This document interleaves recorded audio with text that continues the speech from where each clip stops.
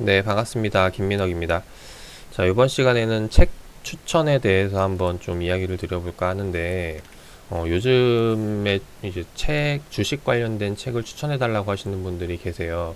근데 일단 그분들에게 제가 무턱대고 추천을 할 수가 없는 게, 각자의 수준이라는 게 존재를 하죠. 처음 입문하시는 분들도 계시고, 그리고 어느 정도 투자를 하고 있어서 이제 여기서 추가적으로 좀 레벨업하고 싶어 하시는 분들도 계시고, 그리고 또 이제 이것과는 별개로 어, 전문 자격증을 취득한다고 했을 때 우리가 예를 들어서 뭐 IT 분야 쪽에 전문 자격증을 취득하고 싶다고 해서 자격증이 하나만 있는 게 아니라는 거죠. 그래서 마찬가지로 주식도 내가 뭐 배우고 싶다고 해서 접근을 한다고 이게 무턱대고 배울 수 있는 영역이 아니라는 겁니다. 그래서 제가 늘 이야기 드리는 게 목적을 가지고 접근을 하셔야 된다라는 거죠. 그래서 일단 책을 구매하고 싶어 하시는 분들에게 일단 추천드리고 싶은 게, 내가 어떤 목적을 가지고 접근을 하느냐, 이게 나눠지는데, 일단 첫 번째로 입문자 관점에서 보는 책들이 있고, 두 번째로는 이제 숙련자 관점에서 보는 책들로 나눠질 것 같아요. 그리고 우리가 주식에 대해서 이제 공부하고 싶은 내용이, 일단은 뭐 기본 이론에 대한 거, 아니면 이제 뭐 용어 같은 거, 이런 것들을 모르기 때문에 알고 싶어서 배우는 목적이 있을 거고, 또 하나는 주식을 잘하고 싶어서죠. 잘하고 싶어서라는 말이 결국엔 이제 분석에 대한 부분인데, 분석이 크게 기술적 분석과 기본적 분석으로 나눠집니다. 그래서 여기에 대한 관련 책들을 궁금해 하시는 분들도 계실 테고, 그리고 조금 더 깊이 있게 들어가면은 이것을 가지고 내가 실제로 어떻게 투자를 할 것인가, 이제 전문적으로 이제 베팅에 대한 부분이죠. 이렇게 나눠질 것 같아요. 그래서 이렇게 관련 책들로 나눠지는데, 제가 개인적으로 느껴본 바로는 결국에 책이라는 것도 어느 저자가 써가지고 경험담을 바탕으로 써서 집필해낸 거거든요. 그래서 이 책을 볼 때도 결국엔 경험담이기 때문에 굳이 책까지 사서 구매할 필요 없는 것들이 있다라는 겁니다. 어떤 것들? 이 기본 이론이나 용어 같은 것들이죠. 왜냐면은 실제로 기본 이론이나 용어 같은 것들을 배우기 위해서는 정말 많은 것들이 있어요. 이제 일단 기본 틀부터 좀 설명을 드리면은, 이제 주식 용어를 배우기 시작을 하면은 우리가 여기에 대해서 이제 증권 용어를 알아야 되고요. 주식보다 조금 더 큰 의미예요. 주식보다 좀 더 큰 게 증권이고, 증권보다 조금 더 큰 의미가 이제 금융이라고 보면 됩니다.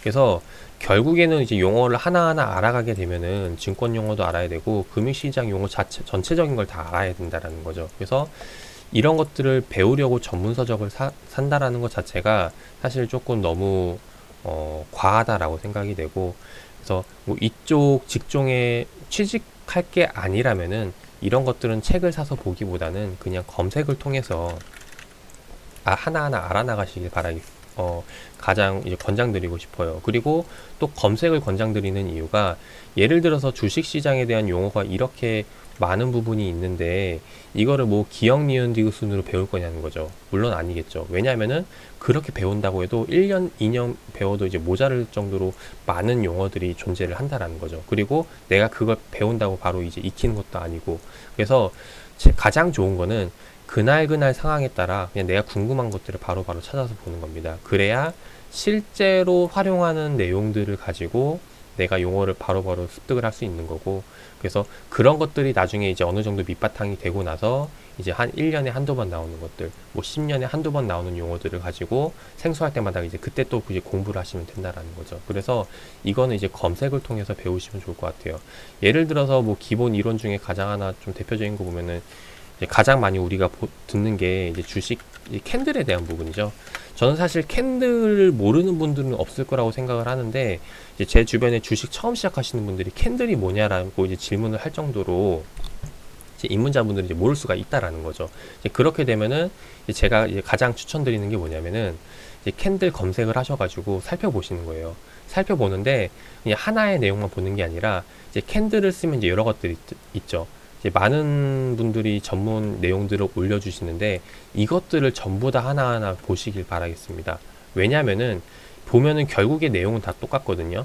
이제 캔들이 어떻게 해서 생성이 되고 어디서부터 유래가 됐고 이거를 보는 방법은 이러하고 이거를 응용하는 법, 활용하는 법 이렇게 쭉 나와 있는데 결국에 여러 개를 보면은 그 4명 중에 5명은 거의 핵심이 비슷하다는 겁니다. 그러면은 결국에 이제 이 핵심만 그러니까 이제 설명하는 것에 따라서 누구는 좀 굉장히 부풀려서 설명할 수 있고 누구는 되게 간결하게 설명할 수 있고 누구는 되게 좀 이제 요약해서 설명할 수 있고 그런데 결국에 이제 뼈대는 똑같다라는 거죠. 그래서 이런 용어를 검색을 해가지고 이제 내가 일단 기본적인 개념, 기본 뼈대는 이제 알고 시작을 하자라는 거죠. 그리고 이것을 가지고 어떻게 활용을 할 것인가 이제 이런 것들이 이제 책을 통해서 아니면 이제 블로그나 카페를 통해서 이제 써서 이제 올리시는 분들이 많은데 이게 다 기본 개념에서부터 출발을 한다라는 걸 아셔야 돼요. 그리고 이런 것들이 이제 경험담을 통해서 이제 살이 붙어가지고 나가는 건데 우리가 이제 처음 이제 입문하시는 분들에게 가장 권해드리고 싶은 게 괜히 어떤 책들 봐가지고 그것도 이제 제가 이야기했듯이 어느 저자가 쓴 거죠. 어느 저자의 경험담이기 때문에 그래서 예를 들어서 기술적 분석에 대해서 막 썼어요. 이제 그게 정답인 마냥 할 필요는 없다라는 겁니다. 그것도 이제 살이 붙어서 나온 거기 때문에 결국에는 이제 뼈대만 알 수 있게 그래서 검색을 통해서 보셨으면 좋겠다라는 내용이고 기술적 분석도 이제 마찬가지예요. 여기서 이제 기술적 분석과 기본적 분석을 모르시는 분들도 계실 거라고 생각이 돼서 간단하게만 설명드리면은 우리가 주식을 볼 때 분석을 하잖아요. 이 주식이 좋다 나쁘다.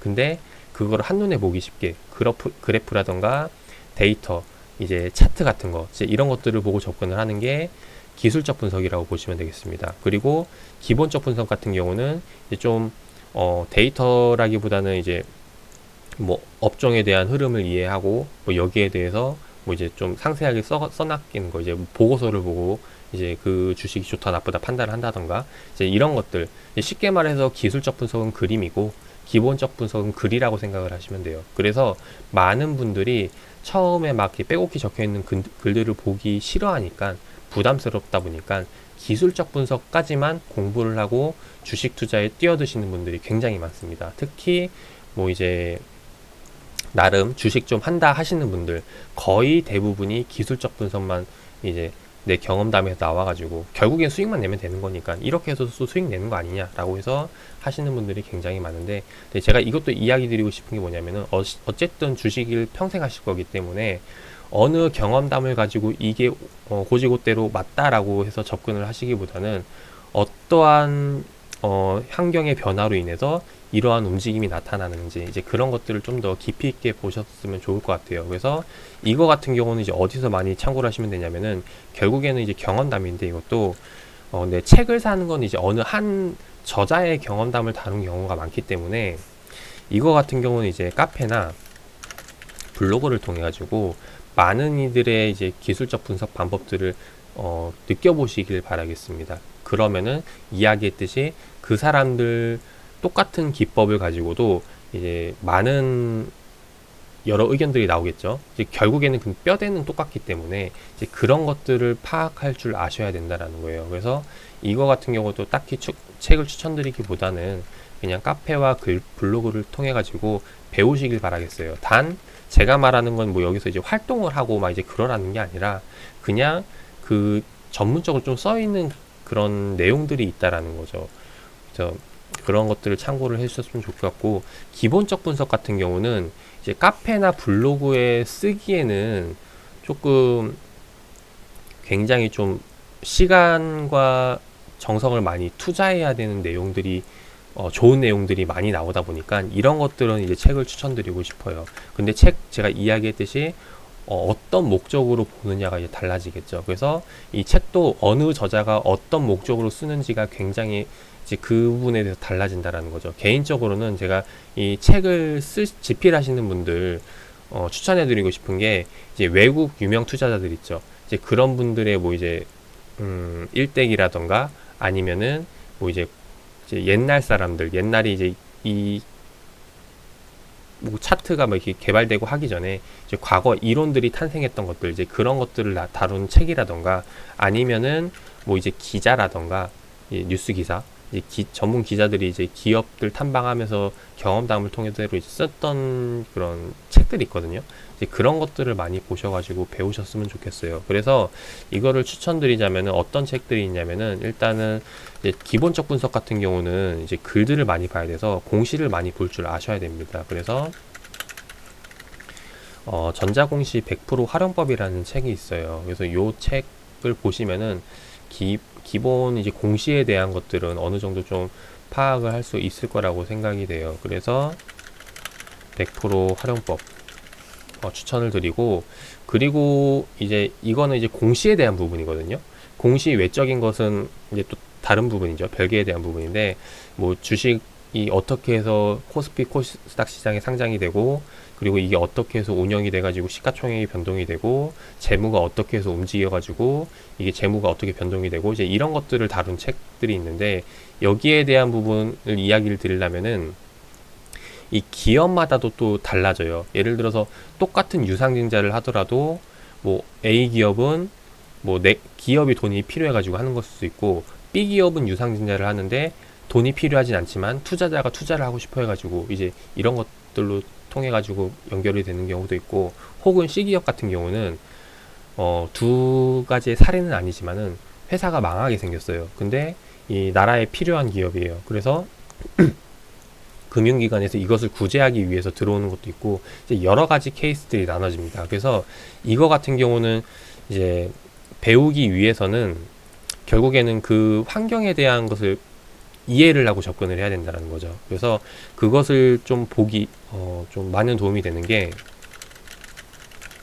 기업 경영에 숨겨진 101가지 진실이라는 책이 있습니다. 그래서 과거 2013년도에 나왔던 책인데, 이게 요번에 개정이 돼서 이렇게 주황색으로 새로 나왔어요. 근데 둘 다 읽어봤는데 내용은 비슷비슷해가지고 어떤 걸 보셔도 상관이 없다라고 이야기를 드리고 싶고, 그래서 아마 이 아래에 있는 책은 좀 구하기가 어려울 거예요. 그래서 이 두 가지 이 책을 좀 추천드리고 싶습니다. 처음 보시는 분들, 입문자 분들이라면은, 그래서 이 두 가지를 보시면은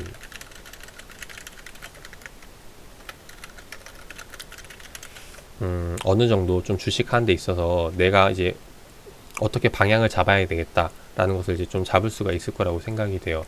그렇게 해서 이제 이야기를 드리고 싶고, 자, 그 다음에 이제 숙련자분들, 좀 주식 투자를 어느 정도 하신 분들 같은 경우에는 조금 더 이제 깊이 있는 내용, 심도 있는 내용들을 다뤄야 되는데, 이제 그걸 다루려면 이제 우리가 예를 들어 뭐 대학교 가가지고 뭐 이제 그런 것도 있잖아요.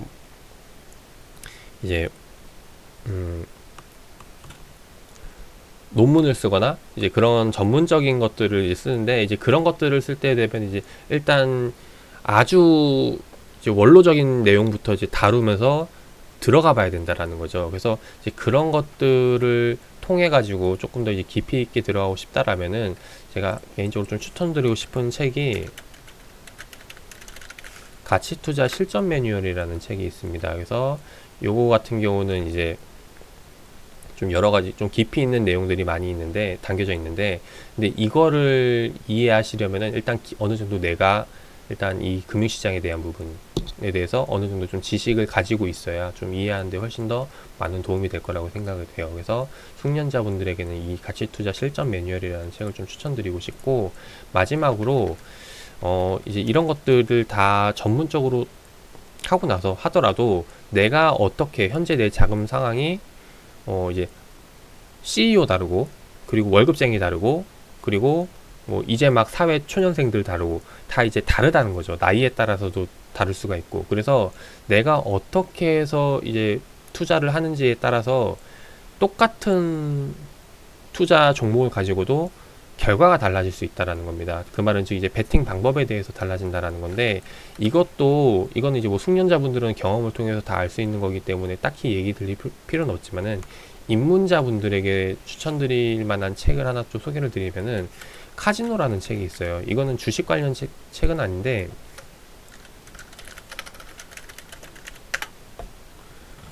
이제 저자가 이제 김진명 씨가 쓴 책이 있어요. 2010년도에 나온 책이고, 이거는 그냥 그거죠. 카지노 가가지고 뭐 이제 주인공이 거기서 뭐 여러 가지 뭐 인생을 겪는 이제 그런 내용인데, 여기 이제 카지노라는 것 자체가 이제 도박이지만은, 이제 도박과 이제 우리 투자와는 이제 다른 개념이죠. 이게 이거는 이제 결국에는 이제 확률적으로 이제 접근을 해가지고 이제 내가 안전하게 최대한 리스크를 줄이면서 한다는 거에 있어서 이제 주식 투자 베팅과 많이 좀 일맥상통하는 부분이 많기 때문에, 그래서 이 부분에 대해서 좀 한번 이 책을 보시면은 내가 지금 현재 상황이 어떻고 여기에 대해서 어떤 방식으로 투자를 해야 될지, 주인공일지 아니면 여기에 나오는 여주인공일지 아니면은 이 두 가지를 섞어서 할지 아니면 다른 방법일지, 이런 것들을 조금 많이 활용할 수 있지 않을까 생각을 합니다. 그래서 저도 이제 처음에 주식할 때 접했던 책이기도 하고, 그때 이제 많은 좀 생각을 가졌던 책이기도 해요. 그리고 이것을 보고 전 개인적으로는 좀 베팅에 대한 부분보다는 좀 마인드적인 부분에서 좀 많은 도움 받았던 책이기도 하기 때문에, 그래서 이 책을 보셔서 좀 많은 도움이 되셨으면 하는 생각으로 말씀을 드립니다. 그래서 정리를 해보자면은 결국에는 이 추천드린 책은 네 가지 정도가 될 것 같아요. 그죠? 전자공시 100% 활용법과 기업 경영에 숨겨진 101가지 진실, 그리고 가치투자 실전 매뉴얼, 그리고 이제 카지노라는 책, 이것까지 해서 오늘은 한 4가지에 대한 책을 소개를 드려볼까 합니다. 이것 외적으로도 뭐 전문 관련 책들이 많겠지만은, 근데 이거는 더 깊이 있게 들어가면은 이제 제가 이야기했듯이 뭐 그쪽에 종사할 거 아닌 이상은 필요 없을 거라고 생각을 해요. 그리고 그 깊이 있게 들어가기 시작하는 거는, 이건 진짜 관심이 있어서 이 주식시장에 대한, 금융시장에 대한 흥미가 있어서 보시는 분들은 아주 재밌게 볼 수 있지만은, 그게 아니라면은 굉장히 좀 지루하시고 부담이 될 것 같아서 일단 실제로 도움이 될 만한 책 한번 4개를 소개를 드려봤습니다. 그래서 투자에 참고하셔가지고 많은 도움 되시길 바라겠습니다.